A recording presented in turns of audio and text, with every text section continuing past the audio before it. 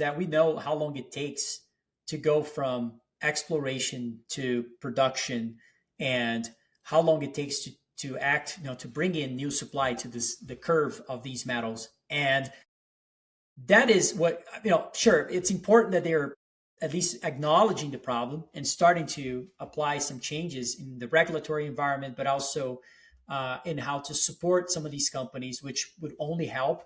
But from a supply standpoint, things will unlikely change anywhere close to the next 5 to 7 to 10 years. So you can kind of be pretty consolidated in terms of a view that the next 5 to 10 years will still be in a very supply constrained place.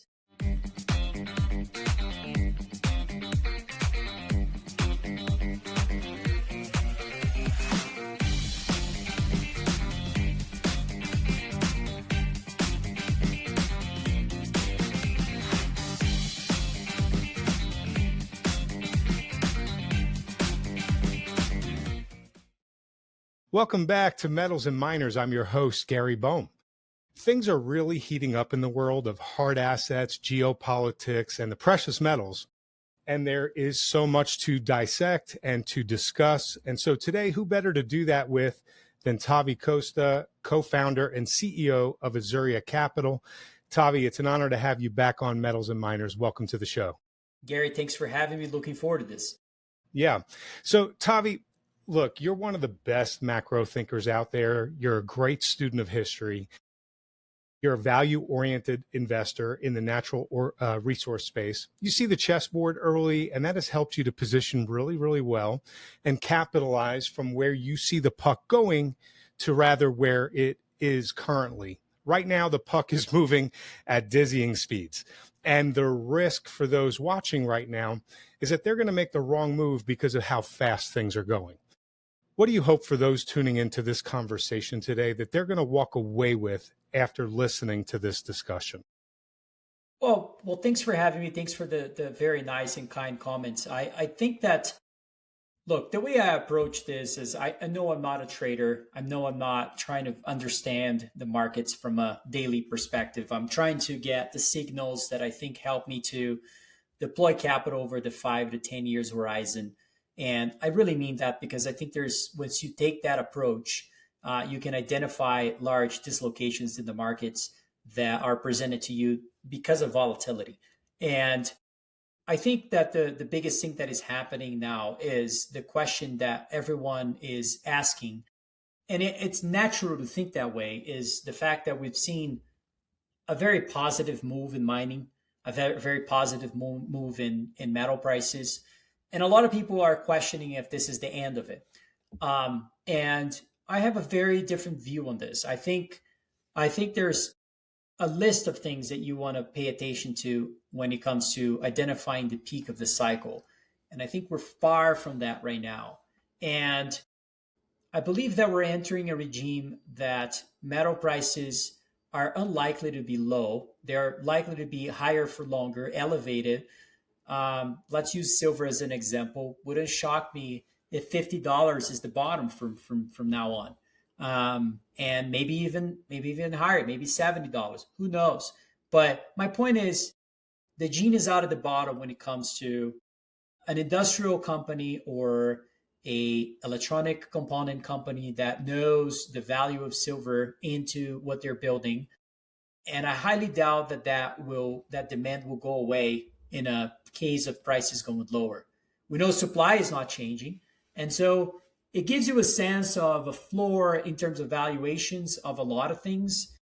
And it gives you also a path to consider what to do with the portfolio in that sense as well. Yeah. And wow, great answer. And it's a great lead in for where I wanted to take this entire conversation.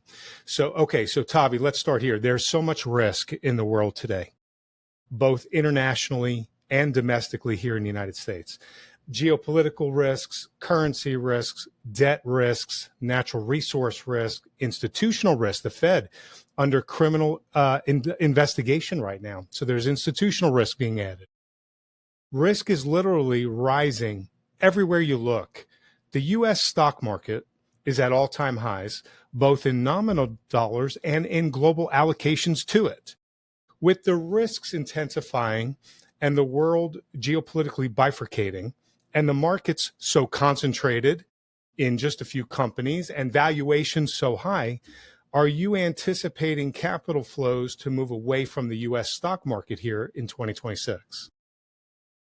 I don't know if I should frame this as 2026. I should frame this as 5 to 10 years as I think about the world. And that, yes, certainly that's the lenses I'm using. I think that that's the right way to think about things because I would highly doubt.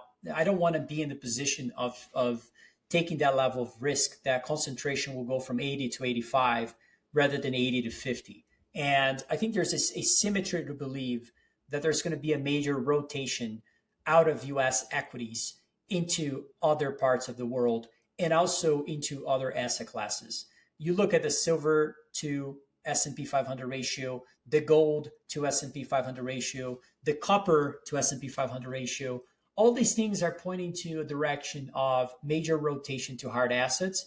But I also think that all the things, the risks that you're mentioning, the institutional risk, even what we're doing in terms of acquiring companies becoming state-owned companies in the U.S., all these, the currency risk, right? We're talking about a dollar that is actually from a dollar DXY index, one of the most expensive levels that we've seen in history relative to the imbalances that we have.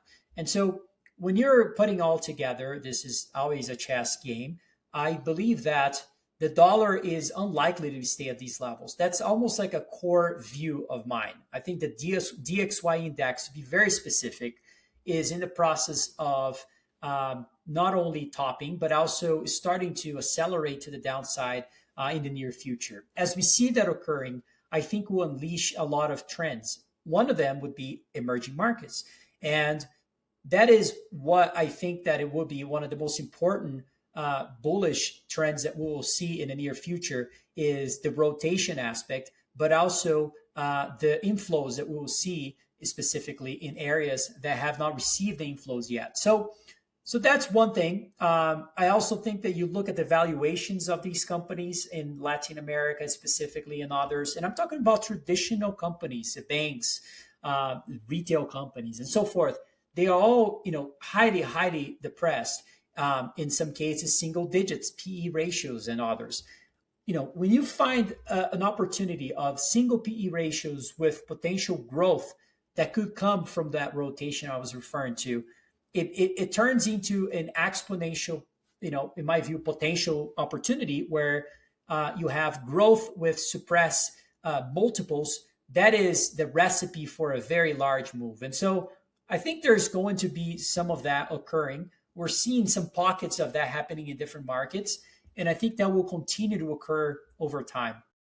So yeah, that's one way to view this, and plus the dollar situation that I mentioned. Yeah, okay. So in 2000 and 2008, we saw some very significant rotations taking place, but different second-order effects on the metals and the miners. In 2008, we saw the metals and the miners go down with the rotation, the initial rotation. The market was plummeting, the general market was plummeting, and so did the metals, although the metals rebounded fairly quickly, but the miners took a little bit longer. In 2000, the metals and the miners, as the NASDAQ was rotating, we saw both of those actually just going higher. They didn't get dragged down into any vortex. As there is some kind of rotation, in fact, I think we're already starting to see it in the first 2 weeks of the year. I had just seen some data showing the Mag 7 all negative this year. As this rotation, really begins to unfold in earnest, are you expecting the second order of effects on the metals and the miners to be more like 2000 or to be more like 2008? I'm expecting to be a 2000 on steroids. And the reason for it is because if you looked at the factors that cause each of those situations back in 2008 and prior to the global financial crisis, it's important to note that the rest of the world was expensive relative to the US equities. It was precisely the complete different environment we're in today. Not at 80% US equities and 20% rest of the world. It was almost the opposite. The dollar was also at a very significant bottom or nearing a bottom at that period as well. In terms of the 10-year rolling change of the dollar itself, we were in the process of a bottoming there. In early 2000s, it's quite the opposite. We were at a peak similar to today. Also, back in the early 2000s, we had the concentration in U.S. markets was very stretched relative to the rest of the world. So, and then the last thing you should be extremely aware of, I think, I'm sure you are, but other people should also be aware, is the capital spending cycle of the mining or the resource sector was also at a major bottom back in the early 2000s, relative to the 2008 or so, where we did see that actually being, it was very stretched. In 2011 was even more stretched. And the way you think about these things is the capital spending is a leading indicator for production, right? You're spending more money. You usually see some of that fall into exploration budgets. You see more discoveries. You see more projects coming online. Eventually, you see production growing. We're seeing for the first time in a long time, metal prices rising. Eventually will cause companies to say, all right, well, this is very profitable. We should spend more money in projects. And eventually it drives production. The problem is that is different in the early 2000s. Why I think this is on steroids is that different at that time, we're not seeing any new discoveries. There are no new discoveries. In fact, after this surge in metal prices, we're still seeing the budgets of exploration falling. I think it's in a 4-year low right now, 4-year low in the midst of all-time high metal prices. You're kidding me. I mean, this is crazy. What would take for an exploration company to be able to, or a major company to start actually spending money on exploration? And I explain a few reasons behind that. One, well, we're going to get deeper into the CapEx issue, so hold on to that in your back pocket for now. Okay, until we get there, we are going to get there, I promise. All right, as we all know, Tavi, gold and silver up huge in 2025. When fourth quarter earnings are reported for the miners, investors are going to be shocked by the amount of profit that the miners have generated. It's not risk to the downside; it's risk to the upside.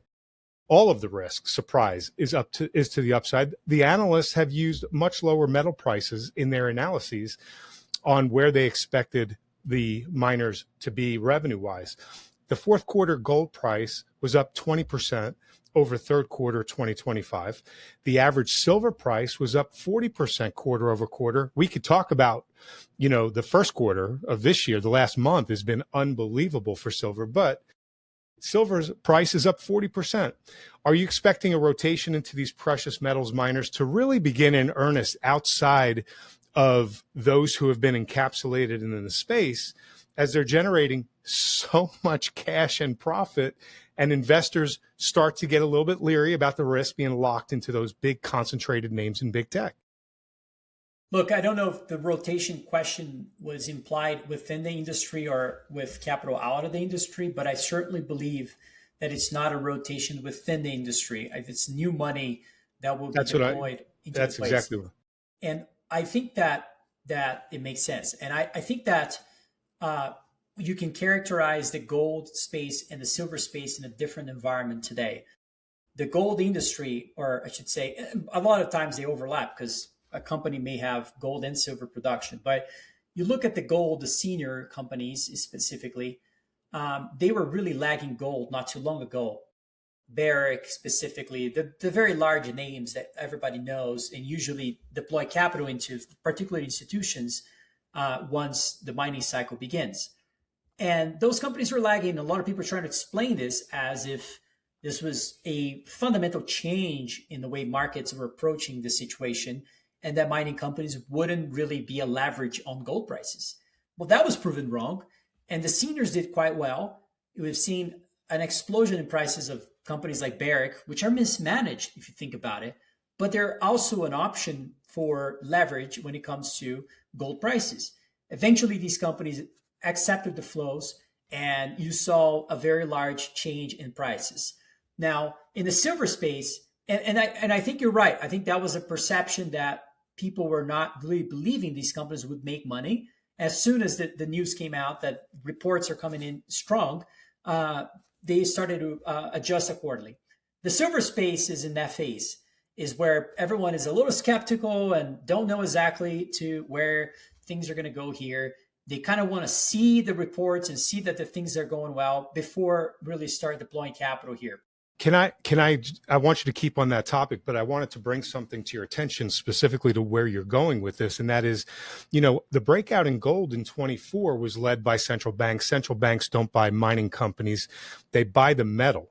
And there was quite a lag there until investors got comfortable with the profits that they were making, that they started pouring in. Well, we know very, very well that the United States added silver to the critical minerals list, that they're now stockpiling. We know China responded. They're not exporting anything out of the country without a license. They're stockpiling, both for good reason.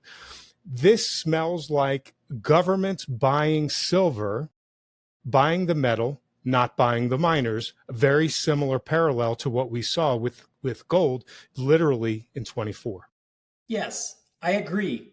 And I think that you have to think about the behavior, the usual behavior of those buyers is not in a trading environment. These guys are buying for the long term. They're buying for either critical situations or national situations, or also because they want to stabilize their monetary system.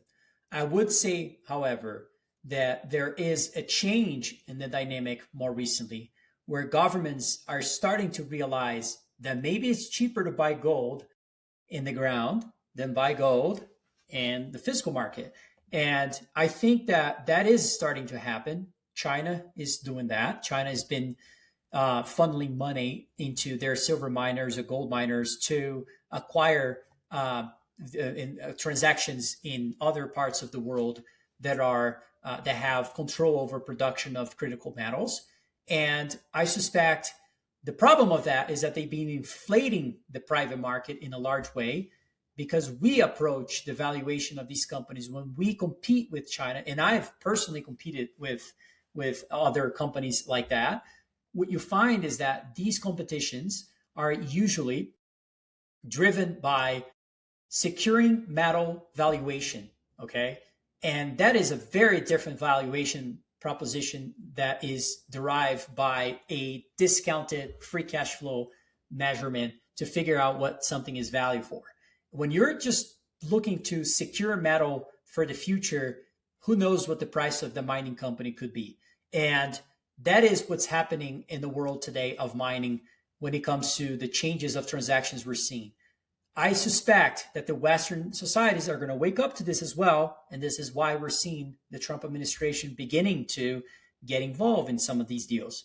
You're seeing their engagement in South America politics and all these sorts of things. And that's not too different from the involvement of China in the African politics not too long ago, right? So starting to understand that eventually we're going to see the Western societies and us begin to pay securing metal valuations rather than discounted cash flows. Who knows what the valuation of miners would be? And that is, to me, one of the biggest bull cases for this industry that I've ever seen.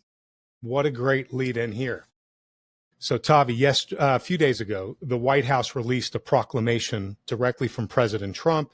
In it, it says that the Secretary of Commerce, after a formal Section 232 investigation, has found that imports of processed critical minerals and their derivative products threaten to impair the national security of the United States. And President Trump concurred, and then he decided to take it a step further. In this proclamation, he goes on to mobilize significant portions of the American governmental apparatus to address this extremely serious concern. What's the big takeaway here? Well, a few months ago, actually, I did a calculation by metal of how much the US imports of those metals relative to local production. And looking back from the 70s to today, the changes are drastic. I mean, we went from, you know, relying on imports by 10%, 15% to 70% or so. And that clearly became a focus of the Trump administration. I think that that's the problem of all this, is that we know how long it takes to go from exploration to production, and how long it takes to act, to bring in new supply to the curve of these metals. And that is what, sure, it's important that they're at least acknowledging the problem and starting to apply some changes in the regulatory environment, but also in how to support some of these companies, which would only help. But from a supply standpoint, things will unlikely change anywhere close to the next 5 to 7 to 10 years. So you can kind of be pretty consolidated in terms of a view that the next 5 to 10 years will still be in a very supply constrained place. I am very concerned that some metals are still very dislocated relative to where I think the demand will be 5 to 10 years from now. Like copper, for instance, is very interesting how there is enough copper in the world. No, certainly. And anybody who says that we're in a shortage of copper, I think is an incorrect view. However, big however, is that we don't have enough copper above ground.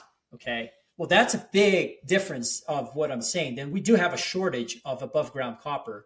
And so major shortage. And that worries me tremendously.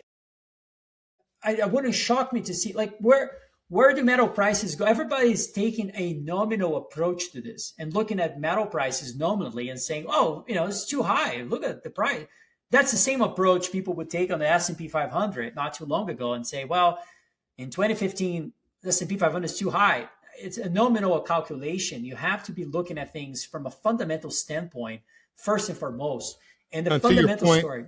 To your point for copper, I believe there was a fairly large mine that was taken offline here recently, and another fairly large mine that pushed back production estimates by several years. Yes. And on top of it all, we all know there's no projects coming online that will substantially change here. And on top of it all, because we got to think about 10 years. Now, we know it takes 10 years, 15 years to go to production. Okay. Then let's think of the pipeline. How many discoveries are we seeing? Oh, single digits. Do you know that in gold alone is the second? We saw 2 consecutive years of 0 major discoveries of gold. 0. And do you know how many times we've seen that in history? Never. So this is scary. I mean, and then I hear, well, AI is going to find all these discoveries and we're going to be in a great world. That's not what we're seeing. But even if it does, to your point, 10 to 20 years, right? All right. So exactly. you're really painting the case that you made at the beginning, that you see this being 2000, but on steroids. Okay. So let's add one more piece to the pie here. America's huge move through this proclamation forces China's hand, because they require the same critical mineral inputs to power their manufacturing prowess and their growing AI, robotics, and military capabilities that powers the United States. This will, as they, start to make even more aggressive moves, it's going to force America to become even more aggressive. It's basically going to be a game of tit for tat in this global scramble for critical minerals that we're now seeing shortages of above ground, as you say.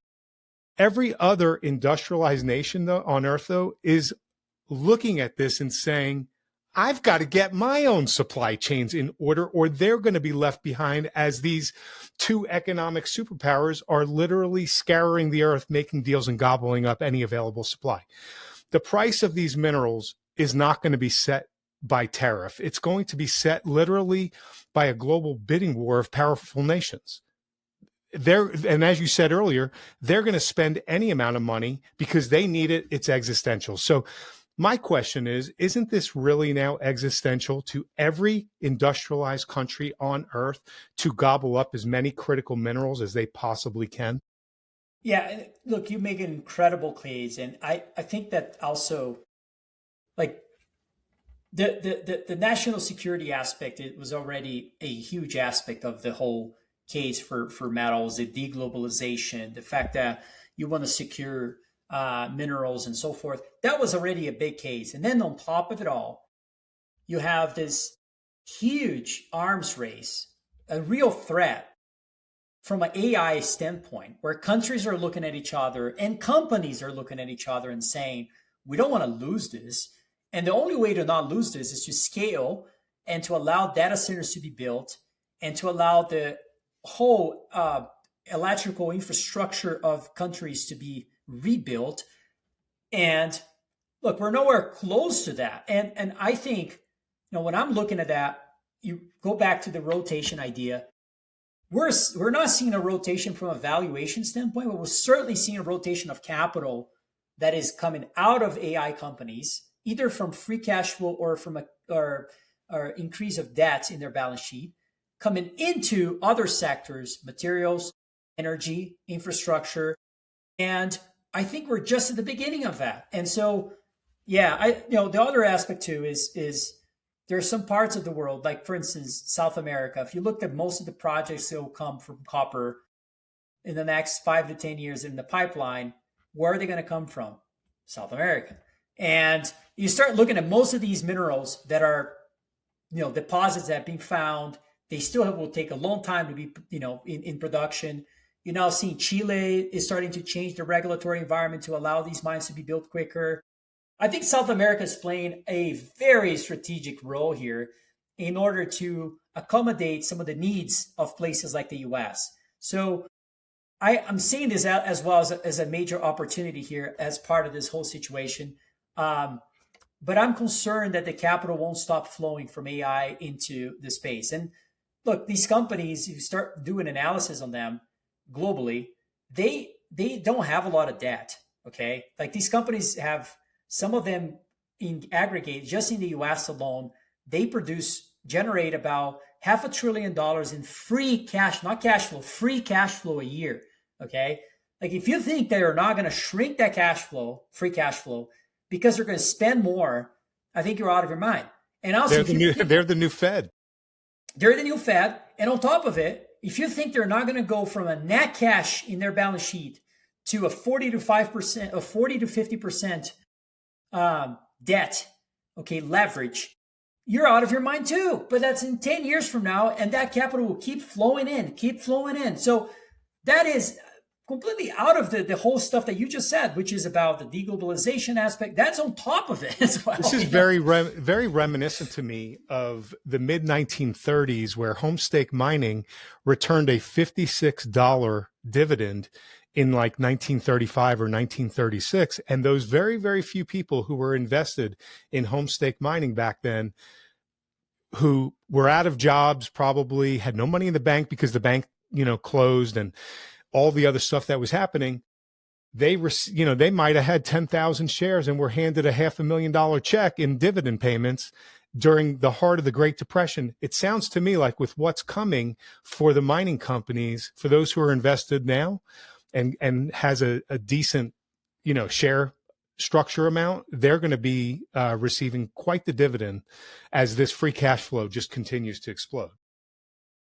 Look, I'm with you. I think that there's a few things that you as a mining company and as an investor should be also considering as part of this in terms of, I'm always thinking about what's my risk as well, right? Like it's focus on opportunities, but also what am I doing wrong here? And that's exactly what drove me to energy, is because I don't think we've ever seen these margins before.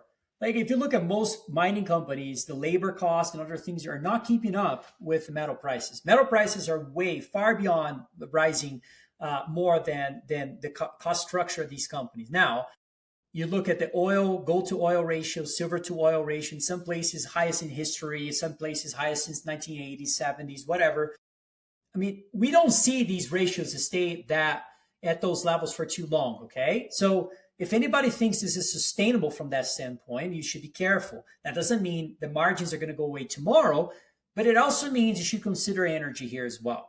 It also means that your new money that you're making, the new money you're looking to deploy, should also be considered in the energy space as well as a way of hedging your own portfolio risk of potentially seeing margins getting squeezed by a rise of energy costs. And so I think that that's another way of smartly or intelligently trying to think about the world and how to be a smart money in this world where a lot of people are just looking at prices on a daily basis. So when we get into the CapEx portion here, which is coming up soon, I do have a question for you regarding oil. So we're going to go a little bit deeper on it. So I'm glad that you did bring it up now. But Tavi, let's address real quick the unique case of silver. No other metal sits so perfectly at the intersection of industrial necessity and monetary history, right? It's the most electrically conductive element. It makes it irreplaceable in a dizzying array of electronics. We can go through them all, but ultimately for military applications, space, et cetera, I mean, you can't have those things without silver. The industrial demand, it's already relentless. It's pushing the market into the structural deficit, but layered on top of that is silver's 5,000-year history as a store of value and a medium of exchange. And in an era of escalating geopolitical conflict and unprecedented currency debasement, the monetary demand seems to now be a coiled spring.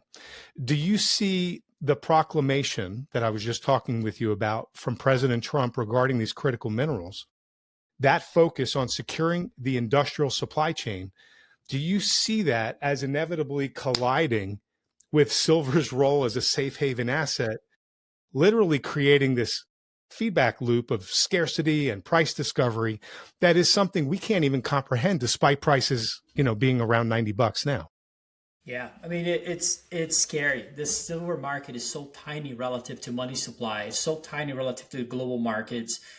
And at the same time, we know it's got, centuries of history when it comes to being money. And people have recently neglected that. And I think that part of the way it's so embedded in the industrial and electronic side of the world is also because silver prices are so low recently, and people have rediscovered how critical silver could be for those purposes in terms of efficiency. Yeah, you can potentially replace silver in some cases, but you cannot replace the efficiency of the metal, certainly. And so that inherently creates a bottom for the market, just like the gold market. I mean, you take gold to $1,000 an ounce, it will become very largely industrially driven as well in terms of demand.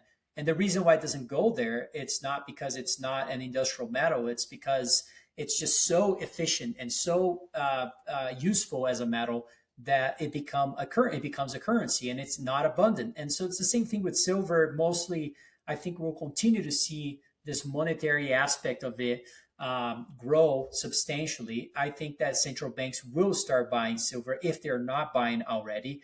The same type of buying that we're seeing in the gold place, in the gold world, I think it looks like the silver space.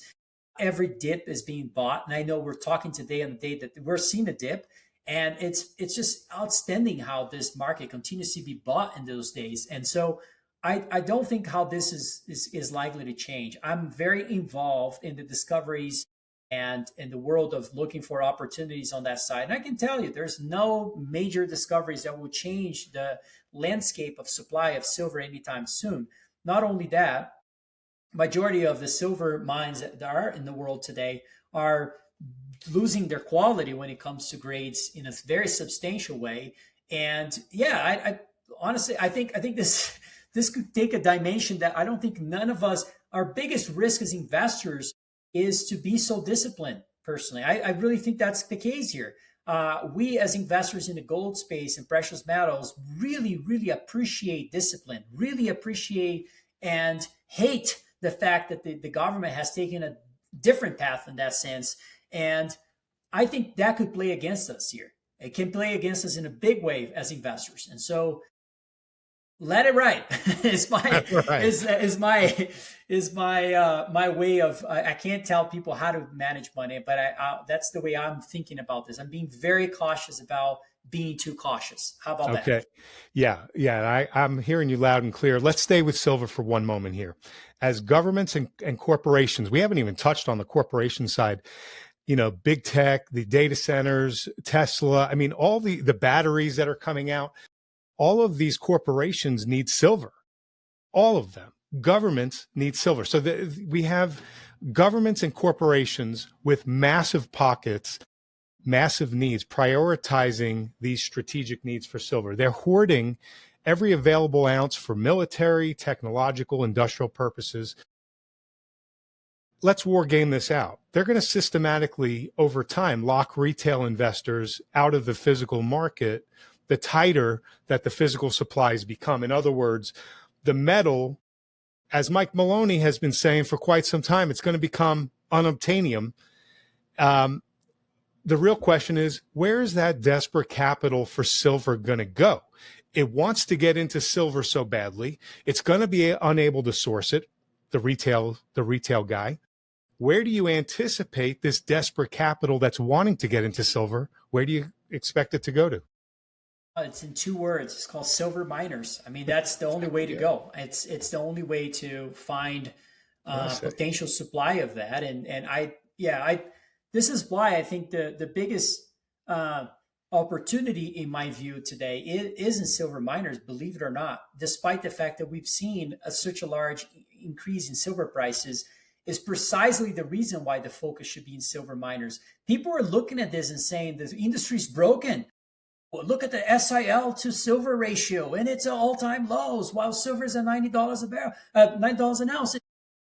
What's wrong with the world? It's not wrong. It's an opportunity, in my view. That's what it is. I mean, I remember looking at the gold to silver ratio, gold going banana here recently, and that ratio is at 90, and people are telling me this time is different. I mean, come on. There's 300 years of history that you can look at. I posted that chart multiple times and saying, how many times in history have we seen the gold to silver ratio stay at 90 for 2 to 3 years? It doesn't stay there. And because they were brainwashed into believing it's just an industrial metal and, this and that it's changed. Look, I love when I find a world or an asset or an opportunity in the market where, look, there's always a situation when people make fun of this time is different all the time. And there are situations that this time could be different. Okay. Maybe this time is different. I don't know. But here's, as an investor, the way I approach that this time is different idea, okay? You look at the price of an asset. If the price of an asset, everybody's overwhelmingly thinking that this time will be different, that's when you want to do the opposite, right? Because history tells you otherwise all day long. And everyone is saying, no, history is wrong. That's when you go heavy. And that's what's going on with the silver miners to silver ratio, in my view. We don't see this going on for too long. And then some people will focus the wrong way. They're going to say, so you're saying silver will peak? No, that's not what I'm saying at all. I'm saying that we're going to see a major catch up with the silver miners. So you can't help some people, it's just, they will invest in a way that I just cannot relate. And so, but instead of focusing on those, the voices, the negative voices here to the thesis really is, look, silver's in short supply. It's highly needed. It's a monetary metal. It's 6 years. It's now going on its 6th year of a supply deficit. Demand's increasing. Governments are now stockpiling. Bottom line is that eventually we're going to get to a point where governments and corporations are going to control it all, locking out the retail investor who's going to want to desperately own a piece. And there is only one alternative for them to turn to. Look, I remember when we were acquiring the 4th largest silver mine in the world for $18 an ounce silver prices, and everybody was telling us we're out of our minds.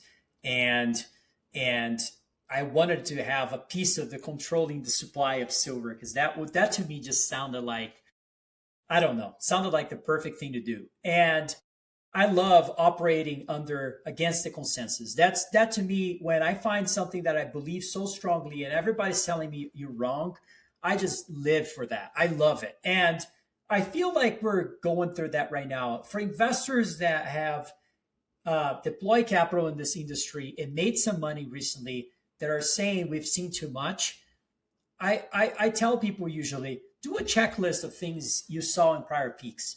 Now, what did we see in prior peaks? We saw production growth. We saw CapEx at all-time highs. We saw M&A of to an absurdity of not just majors buying majors. We saw majors acquiring smaller companies like there's no tomorrow. We're not seeing that today. The juniors are dead relative to the seniors. I mean, just look at those ratios. And the seniors are dead relative to gold, right? I mean, they're still at some of the lowest levels in history still. And so we're just at the beginning, in my view. If you look at the mining industry relative to the global market today, we're about, call it 1% of the whole global equity market. You know, we've seen times where we saw double digits of that number in the past. Can we see, you know, a 5% of global? Yes, we could. Considering what's needed out there, absolutely. Yes. And so that's the upside for us. Yeah. All right. So Tavi, let's move into this CapEx discussion that I was alluding to earlier. We'll start back at the proclamation from President Trump. It actually does more than ignite a price war. It almost, in my opinion, it guarantees a mining boom of unprecedented scale. The document really is a cry for help. It's a desperate admission that the West has allowed its industrial base to atrophy in the ways that we've been talking about for the last several years, and that the only way to solve this problem, the only way to ensure a secure supply of these minerals for not 18 months, but for the next 20 years, is to build new mines and to build lots of them. And they're woefully behind the curve. So clearly, I think we could be in agreement. You know, you're anticipating a huge mining boom and CapEx cycle. That's what I'm anticipating. Can you confirm that? And what are the second order of effects that you're expecting from this type of new mining boom and CapEx cycle that's going to kick off? Well, it's going to kick off a lot of things, but let me try to focus specifically on the question. I'm concerned how we're tackling the issue because of this sense of urgency. I think that the fact that the government is getting involved in these purchases, a lot of investors are seeing this as positive and seeing this as a great thing. And while I think the acknowledgement of policymakers to the issues is a great aspect, I'm very afraid about the ownership of that. I mean, nothing that we're seeing here is new. We've seen this in emerging markets multiple times in history in terms of state-owned companies. And you have to think about through the lenses of, okay, what if there's an administration change in 4 years from and 3 years from now? What would that look like under, you know, let's see MP Materials under Joe Biden or Kamala Harris situation again, or Madami. All right, how about that? You know, how would that look like in those lenses? You know, so I'm a little afraid of those situations of how we're driving this. Now, I do think there's a one part of your question that is important is how financial companies will play a role here. They're going to be bridging that capital in a large way from the AI companies and their own balance sheets as well.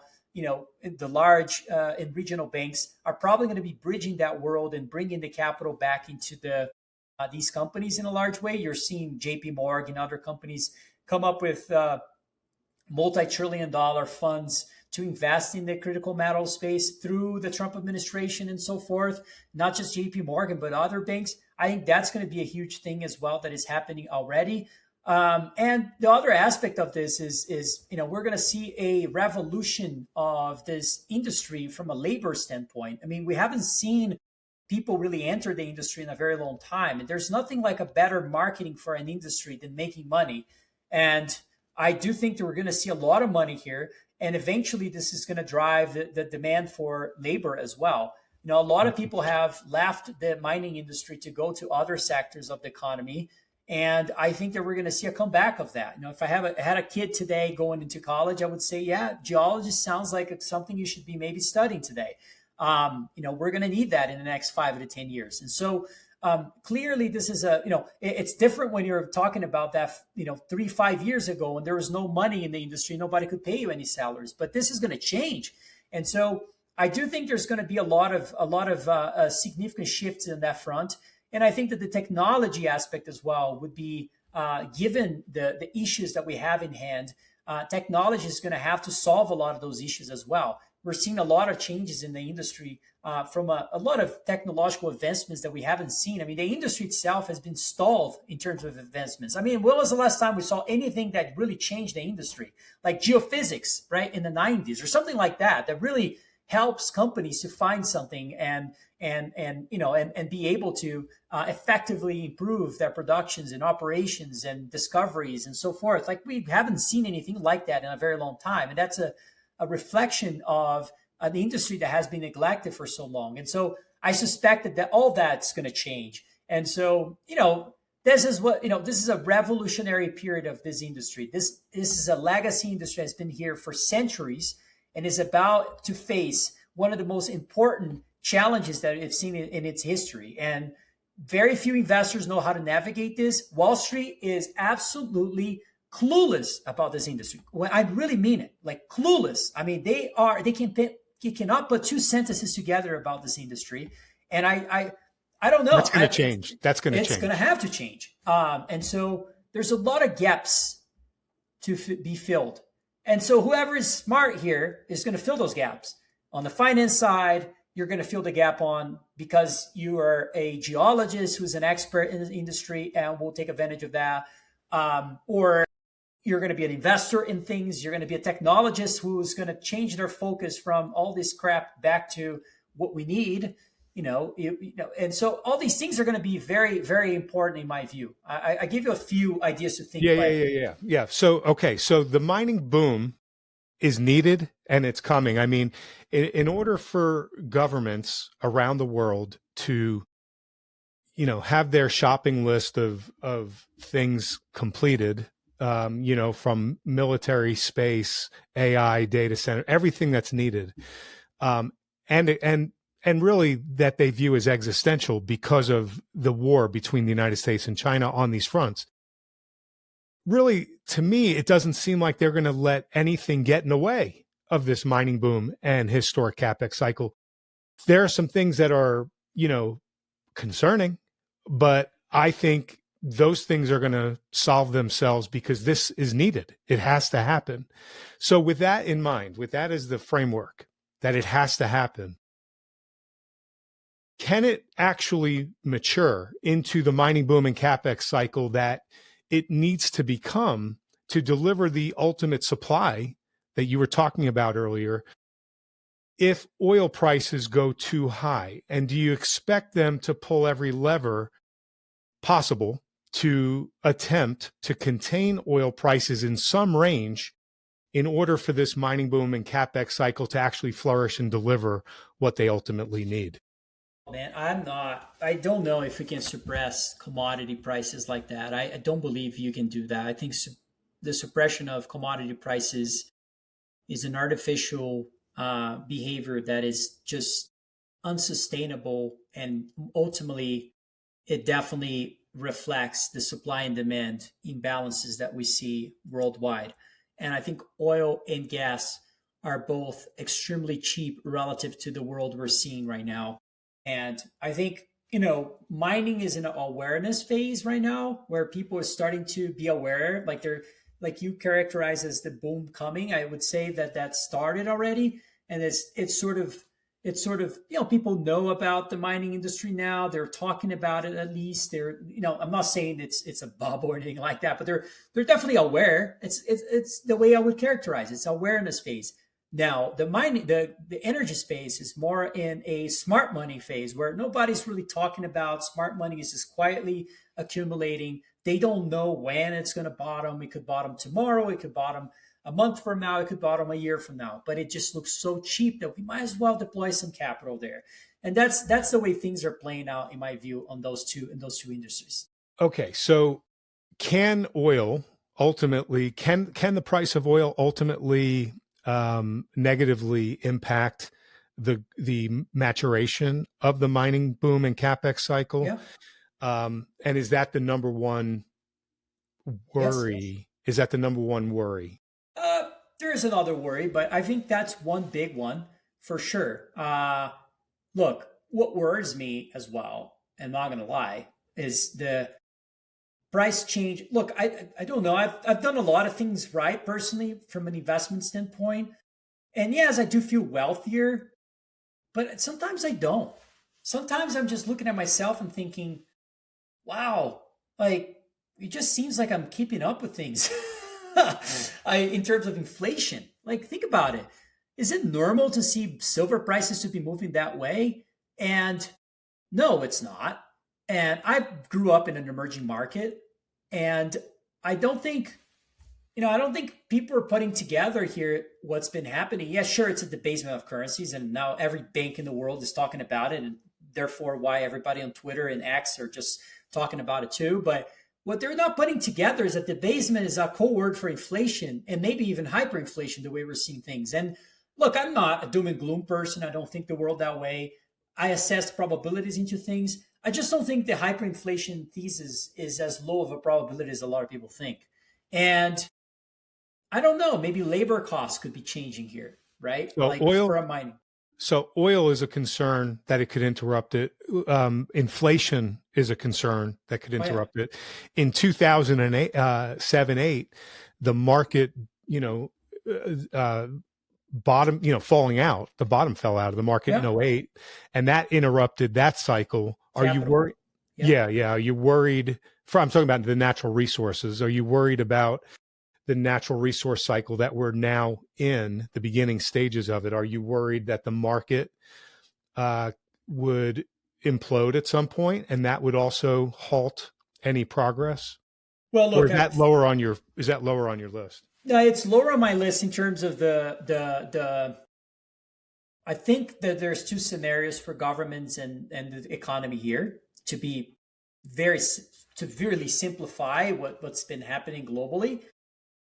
One is a major deflationary shock, which is what we saw in 08. The other one is inflate your way out. And I give a 80% chance for inflating our way out as being the place to focus on as an investor, which means that what you're referring to could happen, right? Like what we saw in 2023 with some banks failing and so forth.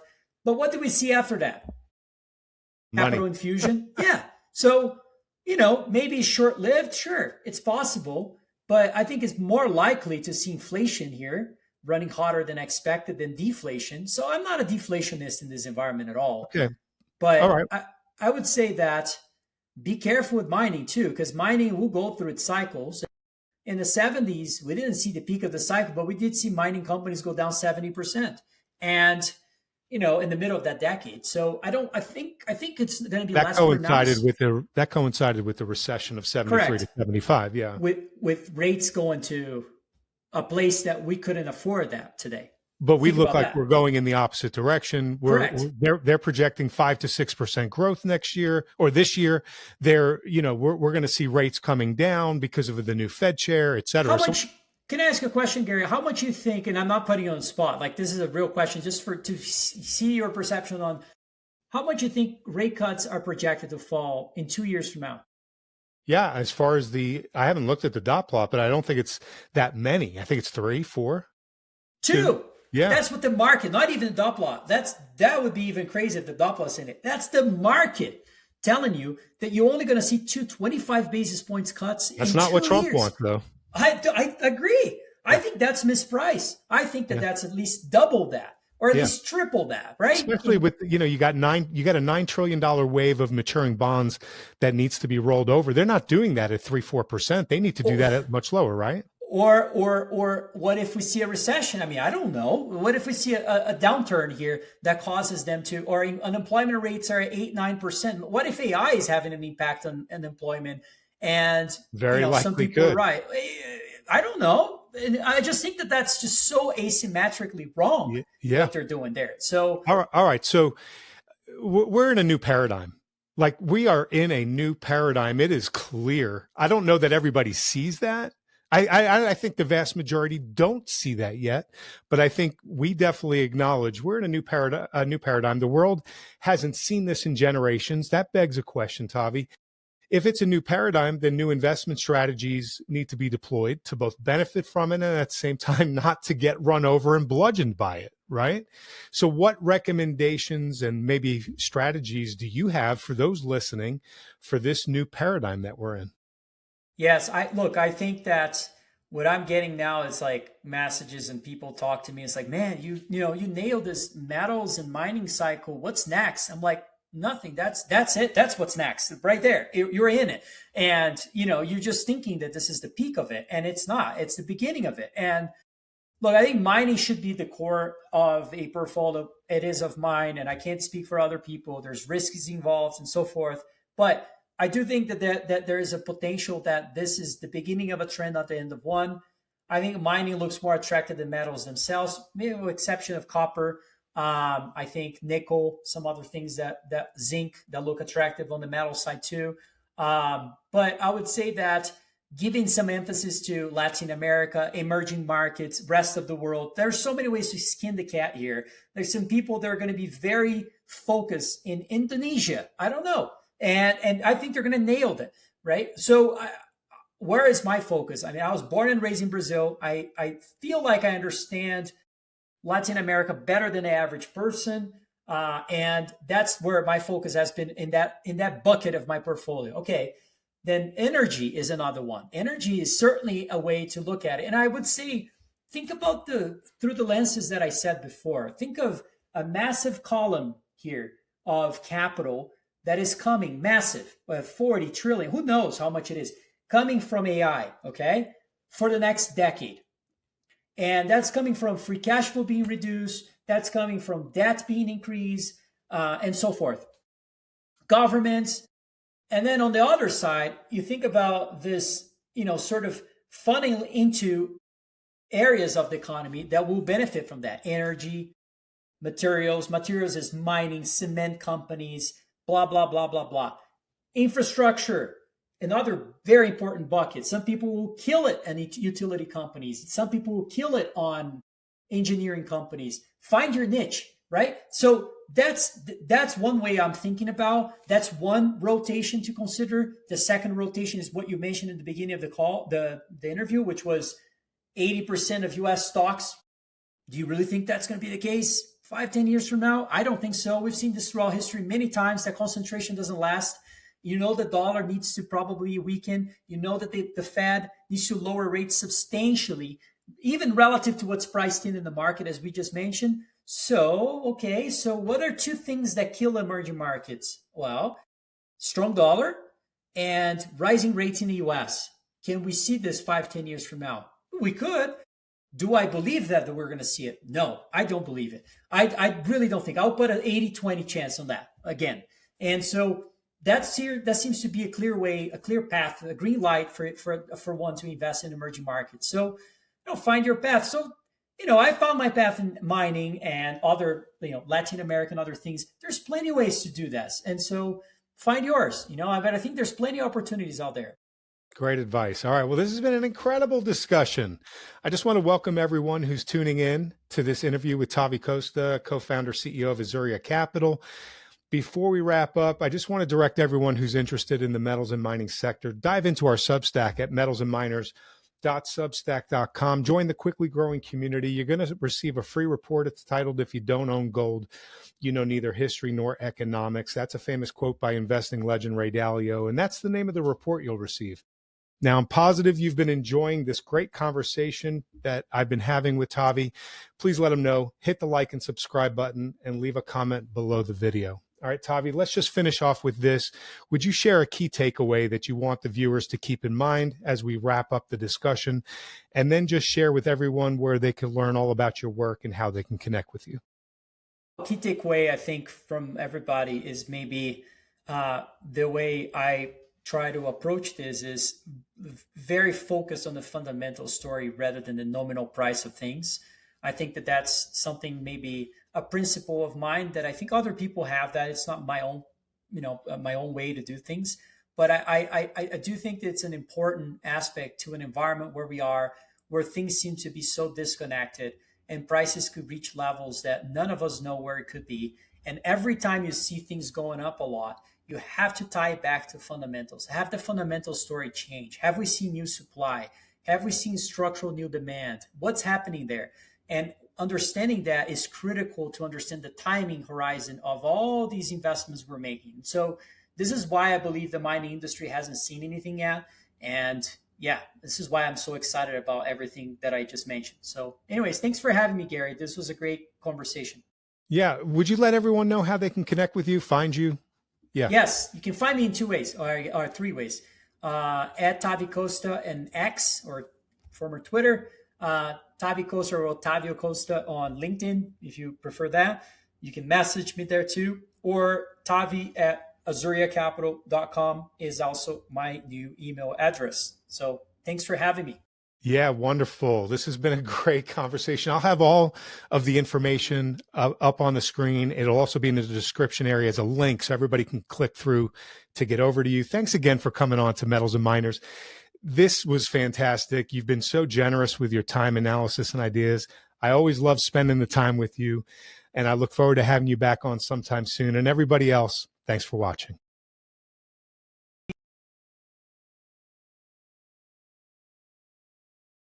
Just want to direct everyone who's interested in the metals and mining sector, dive into our Substack at metalsandminers.substack.com. Join the quickly growing community. You're going to receive a free report. It's titled, "If You Don't Own Gold, You Know Neither History Nor Economics." That's a famous quote by investing legend Ray Dalio, and that's the name of the report you'll receive.